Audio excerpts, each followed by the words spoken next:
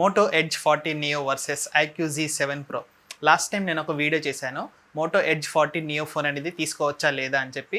దాని కింద చాలామంది అయితే కామెంట్ చేశారు, ఐక్యూ Z7 Pro బెస్టా, ఇది బెస్టా అని చెప్పి. నేను మ్యాక్సిమం అందరికీ వాళ్ళ పర్పస్కి తగ్గట్టుగా ఏ మొబైల్ తీసుకోవాలి అని చెప్పి ప్రతి కామెంట్కి అయితే రిప్లై ఇస్తూ వచ్చాను. అండ్ చాలామందికి ఉన్న కన్ఫ్యూజన్ ఏంటి అంటే, మోటో ఎడ్జ్ 40 నియో తీసుకోవాలా, ఐక్యూ Z7 Pro తీసుకోవాలా అని చెప్పి కన్ఫ్యూజన్ ఉంది. ఈ వీడియోలో నేను ఒకటే చెప్తాను, ఈ మోటో ఎడ్జ్ నియో 40 అనే మొబైల్ చాలా బెస్ట్ మొబైల్, అండ్ అలానే ఐక్యూ Z7 Pro మొబైల్ కూడా బెస్ట్ మొబైల్. కానీ మీ యొక్క పర్పస్ని బట్టి మోటో ఎడ్జ్ 40 నియో తీసుకోవాలా లేకపోతే ఐక్యూ Z7 Pro తీసుకోవాలా అనేది నేను మీకు ఈ వీడియోలో క్లియర్గా అయితే చెప్తాను. వీడియో అయితే ఎండ్ వరకు చూడండి. మీ యొక్క పర్పస్ని కనుక మీరు కామెంట్ చేసినట్లయితే దానికి తగ్గట్టుగా మీ బడ్జెట్కి తగ్గట్టుగా నేను మొబైల్ని అయితే సజెస్ట్ అయితే చేస్తాను. వీడియో అయితే స్టార్ట్ చేద్దాం.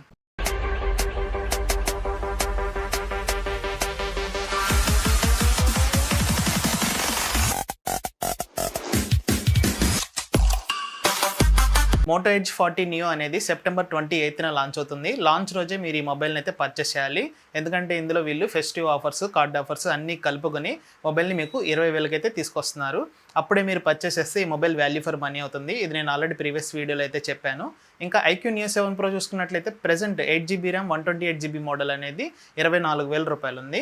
మీరు కార్డ్ ఆఫర్స్ లాంటివి అప్లై చేస్తే ఆల్మోస్ట్ ఒక 1000 రూపాయలు అయితే తగ్గి 23,000 రూపాయలకి అయితే ఈ మొబైల్ని మీరు పర్చేస్ అయితే చేయొచ్చు. ప్రైసింగ్ పరంగా చూసుకున్నట్లయితే కొంచెం వేరియేషన్ అయితే ఉంది, అండ్ ఆ ప్రైజెస్కి తగ్గ ఫీచర్స్ కూడా ఉన్నాయి. ఫస్ట్ ఈ రెండు మొబైల్స్ యొక్క బిల్డ్ క్వాలిటీ గురించి అయితే మాట్లాడుకుందాము. మోటో ఎడ్జ్ 40 నియో అనేది మీకు లైట్ వెయిట్ ఫోన్ అనమాట, 172 గ్రామ్సే ఉంటుంది.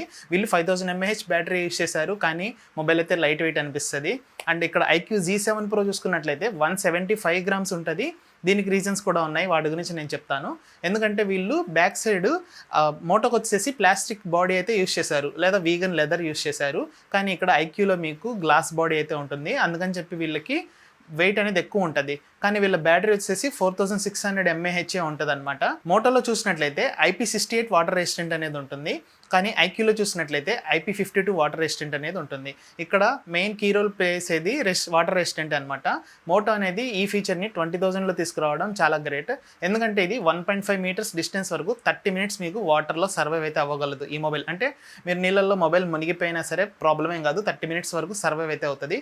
కానీ ఐక్యూ అలా కాదు, IP52 రేటింగ్తో వస్తుంది కాబట్టి మీకు చినుకులు పడినా లేకపోతే స్ప్లాషెస్ పడినా ఇట్లాంటివి అయితే అది హ్యాండిల్ చేయగలదు. కానీ కంప్లీట్గా నీళ్ళల్లో డిప్ చేస్తే మాత్రం ఐక్యూ కొంచెం కష్టమే. బిల్డ్ క్వాలిటీ పరంగా నాకు పెద్ద వేరియేషన్స్ అయితే ఏం అనిపించలేదు, ఎందుకంటే ఇక్కడ మనకి వాటర్ రెసిస్టెంట్ ఫీచర్ ప్రొవైడ్ చేస్తున్నారు. బట్ మన మొబైల్ని కంప్లీట్గా డిప్ చేసే ఛాన్సెస్ అనేవి చాలా తక్కువగా ఉంటాయి. సో ఓవరాల్గా నేను బిల్డ్ క్వాలిటీ అయితే సిమిలర్గా ఉందని అయితే ఫీల్ అవుతాను. కాకపోతే ఇక్కడ ఐక్యూలో బ్యాక్ సైడ్ ఒకటే గ్లాస్ ప్రొవైడ్ చేశారు, కాబట్టి మనకి ఇక్కడ దీంతో పోల్చినట్లయితే ఇక్కడ కొంచెం గ్లాస్ ఇచ్చారు, కాబట్టి ఇది ఒక మంచి విషయం అని చెప్పొచ్చు. ఐక్యూలో డిస్ప్లే అయితే చూద్దాము. రెండు మొబైల్స్లోనూ కర్వ్ డిస్ప్లేనే ఉంది, పంచ్ హోలే ఇచ్చారు, and in display finger print స్కానరే ఇచ్చారు. మోటోలో మీకు 6.55 ఇంచ్ POLED డిస్ప్లే ఇచ్చారు, ఇది మీకు 144 Hz రిఫ్రెష్ రేట్తో వస్తుంది. ఐక్యూలో మీకు 6.78 inch full HD plus AMOLED display అనేది ఇచ్చారు. మోటోలో మీకు POLED డిస్ప్లే ఇచ్చారు, ఇది కొంచెం బెటర్గా ఉంటుంది. ఇక్కడ మీకు AMOLED డిస్ప్లే ఇచ్చారు, ఇది మీకు 120 Hz సపోర్ట్తో వస్తుంది. ఇక్కడ మీరు ఒక డౌట్ రావచ్చు, మోటోలో 144 Hz ఉంది అండ్ ఐక్యూలో 120 Hz ఉంది, మరి ఏది బెటర్ అని మీరు అనుకున్నప్పుడు నెంబర్స్ పరంగా 144 Hz రిఫ్రెష్ రేటే ఎక్కువ కాబట్టి ఇదే బెటర్ అనుకుంటాము. కానీ మీకు ఎంటైర్ మొబైల్ యూఐలో 144 Hz అనేది ఎప్పుడు ఉండదు. ఎప్పుడు ఉంటుందంటే మీరు ఎప్పుడైనా హై లెవెల్ గేమ్స్ ఆడుతున్నప్పుడు కానీ కొన్ని స్పెసిఫిక్ అప్లికేషన్స్ యూస్ చేస్తున్నప్పుడే మీకు రిఫ్రెష్ రేట్ అనేది 144కి టచ్ అవుతుంది, లేకపోతే 60, 120 ఇట్లానే ఉంటుంది అనమాట. సేమ్ ఐక్యూలో కూడా అంతే, 120 Hz ఉన్నా కూడా మీరు గేమింగ్ ఆడుతున్నప్పుడు అది మీకు 120 అయితే టచ్ చేస్తుంది, లేనప్పుడు నార్మల్ టైంలో 60 Hz ఇలా అప్ అండ్ డౌన్ అనేది మూవ్ అవుతూ ఉంటుంది. డిస్ప్లే పరంగా కూడా నాకు రెండు ఫోన్స్ ఒకేలా అనిపించాయి. ప్రాసెసర్ చూద్దాము. ఇక్కడ ప్రాసెసర్లో అయితే ఖచ్చితంగా చేంజ్ అయితే ఉంది. మీకు మోటోలో మీడియాటెక్ డైమెన్సిటీ 7030 ప్రాసెసర్ అయితే యూస్ చేశారు, ఐక్యూలో వచ్చేసి 7200 ప్రాసెసర్ యూస్ చేశారు. మీకు మోటోలో వచ్చింది 6 nm ప్రాసెసర్, ఇక్కడ మీకు ఐక్యూలో వచ్చింది 4 nm ప్రాసెసర్.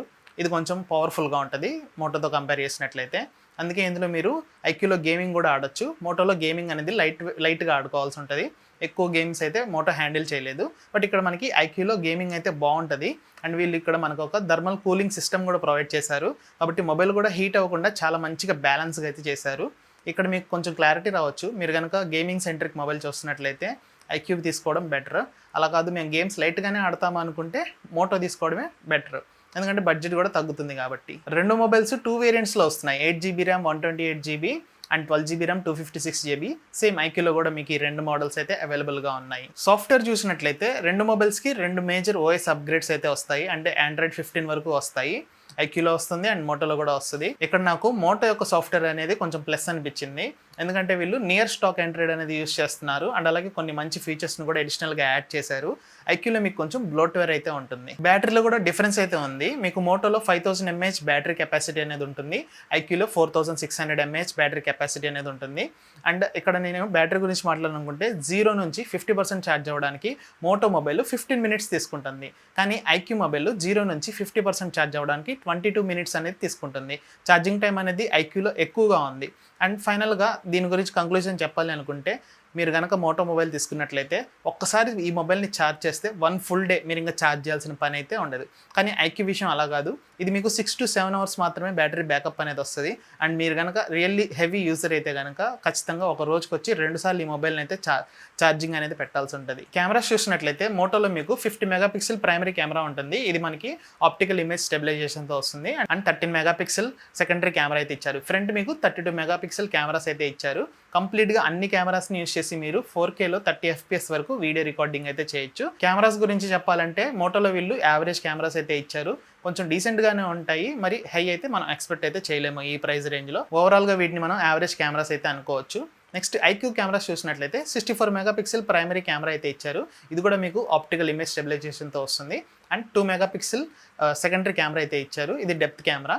వీళ్ళు ఇచ్చిన 64 MP కెమెరా ఏదైతే ఉందో అది చాలా బాగా వర్క్ అవుతుంది. మంచి క్వాలిటీ పిక్చర్స్ని అయితే తీస్తుంది. కాబట్టి వాళ్ళు ఇచ్చిన కెమెరాస్కి న్యాయం చేశారని అయితే చెప్పొచ్చు. ఫ్రంట్ కెమెరా చూసుకున్నట్లయితే 16 MP కెమెరా అయితే ఇచ్చారు.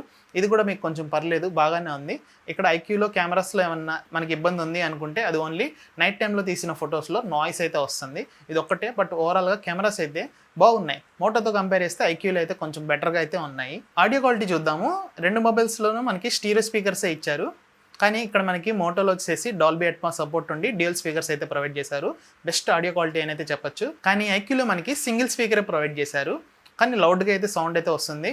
కానీ ఇక్కడ మనకి డాల్బీ అట్మాస్ అది ప్రొవైడ్ చేస్తారు కదా, సో వాచింగ్ అప్పుడు ఎక్స్పీరియన్స్ అనేది మోటోలో కొంచెం బెటర్గా అయితే ఉంటుంది. యూఐ విషయానికి వస్తే ఈ రెండు మొబైల్స్లోనూ మనకు కొన్ని స్పెషల్ ఫీచర్స్ అయితే ఉన్నాయి. మోటో చూసుకున్నట్లయితే మీకు ఫోన్ని షేక్ చేస్తే మీకు ఫ్లాష్ లైట్ అనేది ఆన్ అండ్ ఆఫ్ రెండు అవుతుంది. అండ్ అలానే మీకు కొన్ని గెస్చర్స్ యూస్ చేయడం ద్వారా కెమెరాని డైరెక్ట్గా లాంచ్ అయితే చేయొచ్చు. పేరెంటల్ కంట్రోల్ లాంటి యాప్స్ అయితే ఉంటాయి. కొన్ని యాప్స్కి మనం పర్మిషన్ ఇచ్చేసి లాక్ అయితే చేసేయచ్చు కంప్లీట్ మొబైల్ని. ఇట్లాంటి కొన్ని స్పెషల్ ఫీచర్స్ అయితే మోటో వాళ్ళు ఇచ్చారు. అదేవిధంగా మనం ఐక్యూలో చూసుకున్నట్లయితే యాప్స్కి లాక్ వేసుకోవచ్చు. అండ్ అలాంటి డ్యూయల్ యాప్స్ అంటే 2 ఫేస్బుక్లు 2 వాట్సాప్లు ఈ విధంగా మనం క్లోన్ అయితే చేసుకోవచ్చు. ఈ ఫీచర్స్ మనకి మోటోలో అయితే ఉండవు. థర్డ్ పార్టీ యాప్స్ని అయితే డౌన్లోడ్ చేసుకుని ఇవి వాడుకోవాలి. ఫైనల్ కంక్లూజన్ అయితే చూద్దాము. మీ బడ్జెట్ కనుక 20,000 రూపీస్ అయ్యి మీరు ఎక్స్ట్రాగా ఎక్కువ మనీ ఇంకా యాడ్ చేయలేము అంటే మోటో అనేది తీసుకోండి. ఇది కొంచెం బెస్ట్ మొబైలే. లేదు నేను బడ్జెట్ యాడ్ చేసుకోగలను బట్ నాకు ఈ రెండు ఫోన్స్లో కన్ఫ్యూజన్ ఉంది అని అనుకున్నట్లయితే చెప్పాను కదా, మీకు మోటోలో కెమెరాస్ యావరేజ్గా ఉంటాయి. గేమ్స్ పరంగా చూసుకున్నట్లయితే 1 hour నుంచి 3 hours వరకు మంచిగానే ఆడుకోవచ్చు. When comes to iQOO Z7 Pro ఇక్కడ మీకు కెమెరాస్ బెటర్గా ఉన్నాయి, బాగున్నాయి. వాళ్ళు ఇచ్చిన ఏదైతే కెమెరాస్ స్పెసిఫికేషన్స్ ఉన్నాయో వాటికి తగ్గట్టుగానే ఉన్నాయి, మంచిగానే పర్ఫామ్ అయితే చేస్తున్నాయి. అండ్ ఇది గేమింగ్ కూడా యూజ్ అవుతుంది. మీరు ఈజీగా గేమ్స్ అయితే ఆడుకోవచ్చు. హీటింగ్ కూడా అంత పెద్దగా అవ్వట్లేదు. వీళ్ళు కూలింగ్ సిస్టమ్ కూడా ప్రొవైడ్ చేశారు. కాబట్టి ఈ స్పెసిఫికేషన్స్ని వీళ్ళు ఇస్తున్న ఈ యూఎస్పీస్ని దృష్టిలో పెట్టుకొని మీకు ఏ మొబైల్ సూట్ అవుతుందో చూసుకొని మీరు ఆ మొబైల్ అయితే పర్చేస్ చేయొచ్చు. ఈ కంప్లీట్ కంపారిజన్ అనేది చూసిన తర్వాత కూడా మీకు ఏమైనా డౌట్స్ ఉన్నా సరే ఎట్లాంటి మొబైల్ తీసుకోవాలి లేకపోతే మీ యూస్ కేస్కి తగ్గట్టుగా ఏ మొబైల్ తీసుకుంటే బెస్ట్ అనుకున్నట్లయితే మీరు కింద కామెంట్ అయితే చేయండి. నేను వాటికి రిప్లై అయితే ఇస్తాను. నెక్స్ట్ ఎవరైతే 20,000 బడ్జెట్ ఉండి లిమిట్ వెళ్ళలేరో వాళ్ళకి మోటోలో వచ్చే అడ్వాంటేజెస్ ఏంటి అంటే క్విక్గా ఫోన్ ఛార్జ్ అయిపోయింది, ఫాస్ట్గా ఫోన్ ఛార్జ్ అయిపోయింది. కాబట్టి మీరు ఎక్కువసేపు ఛార్జింగ్ పెట్టవసరం లేదు. 1 full day ఛార్జింగ్ వస్తుంది. డీసెంట్ కెమెరాస్ ఉంటాయి. ఓవరాల్గా ఒక మంచి ప్రాసెసరే అది కూడా. కాబట్టి వాళ్ళకి ఈ మొబైల్ అనేది ఈ విధంగా యూజ్ అయితే అవుతుంది. ఈ వీడియో అనేది చేయడానికి నేను చాలా రివ్యూస్ అండ్ మొబైల్స్ అనాలిసిస్ చేసి అండ్ రీసెర్చ్ చేసి ఈ కంప్లీట్ కంపారిజన్ అయితే చేసి చెప్తున్నాను. ఇట్లాంటి వీడియోస్ ఇంకా చేయాలి అని మీరు అనుకున్నట్లయితే ఈ వీడియోకి ఒక లైక్ అయితే చేయండి. అండ్ నెక్స్ట్ మీరు ఏదైనా 2 మొబైల్స్ని కంపేర్ చేయాలనుకుంటే కింద కామెంట్ కూడా చేయండి. ఎందుకంటే నాకు లాస్ట్ వీడియోలో వచ్చిన కామెంట్స్లో ఇన్ఫినిక్స్ 030 గురించి కూడా అడుగుతున్నారు. సో మీరు ఇచ్చే రెస్పాన్స్ని బట్టి నేను ఇన్ఫినిక్స్ 030 కూడా వీటితో కంపేర్ చేయాలా లేదా అని చెప్పి థింక్ చేసి వీడియో అయితే చేస్తాను. ఎవరైనా సరే కొత్తగా మన ఛానల్లో చూసుకున్నట్లయితే లైక్ చేసి సబ్స్క్రైబ్ అయితే చేసుకోండి.